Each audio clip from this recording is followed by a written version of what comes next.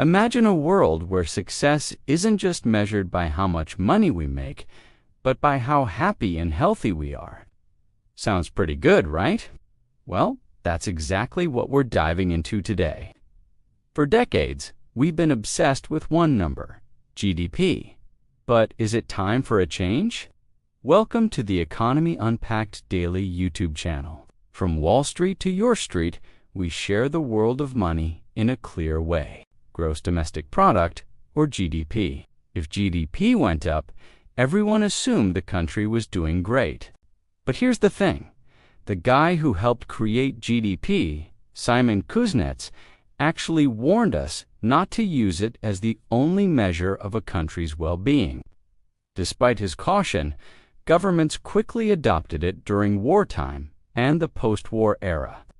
It was perfect for tracking industrial output and national capacity. Before we knew it, GDP was calling the shots in economic policy, influencing everything from budgets to how countries stack up against each other. Now, don't get me wrong, GDP has its strengths. It's easy to calculate and compare across countries, which is why organizations like the World Bank and IMF love it. When policymakers and central banks need to adjust interest rates or decide on stimulus packages, GDP is their go-to tool. But here's where things get tricky. GDP has some serious limitations that we can't ignore anymore. For starters, it completely misses income inequality. A country's GDP could be skyrocketing. But if all that wealth is going to the top 1%, the average person might still be struggling to make ends meet. GDP also doesn't care about the environment. Cut down a forest or drill for oil, and GDP goes up. But we all know that's not great for long-term sustainability. And what about all the unpaid work that keeps our society running? Things like caregiving, childcare, and volunteer work contribute huge value. But they don't show up in GDP because no money changes hands. Perhaps the biggest issue is that GDP focuses on quantity, not quality of growth. Making more weapons or cigarettes increases GDP. But does that really make our society better off? So, what are the alternatives? Well, there are quite a few. The United Nations developed the Human Development Index, which looks at income, education, and life expectancy. It shows that success isn't just about money, but also about health and knowledge. Then there's the Genuine Progress Indicator, which tries to adjust GDP by adding positive factors like household work and community engagement, while subtracting negatives like pollution and crime. It's all about capturing net progress rather than just raw output. Some researchers are even measuring happiness directly. They use surveys to figure out how satisfied people are with their lives. After all, isn't that what prosperity should really be about? The UN has also created the Sustainable Development Goals, which cover everything from poverty reduction to gender equality and environmental protection. It's a much broader view of what progress should look like. Around the world, countries are starting to think differently. Take Bhutan, for example. Since the 1970s, they've been measuring gross national happiness instead of GDP. It's all about cultural values, environmental conservation, and community well-being. New Zealand made waves in 2019 with their well-being budget. Even the Organization for Economic Cooperation and Development is getting in on the act with their Better Life Index.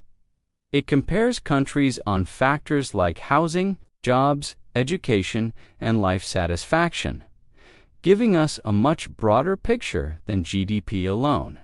So why does all this matter? The old GDP-driven growth model often pushes us towards more consumption and resource extraction, which is exactly what we don't need right now. We're also seeing rising inequality in advanced economies. Countries like the US and UK have had strong GDP growth in recent decades, but the gap between rich and poor has widened. This shows we need measures that look at how wealth is distributed, not just the total amount. And let's not forget about changing values. Younger generations are increasingly prioritizing things like mental health, work-life balance, and environmental sustainability. These are all super important, but GDP doesn't capture them at all. So, what does the future of measuring success look like? Well, GDP isn't going away anytime soon. It's just too simple and well established, but it's likely to become part of a broader set of indicators, rather than the BAL and NDAL.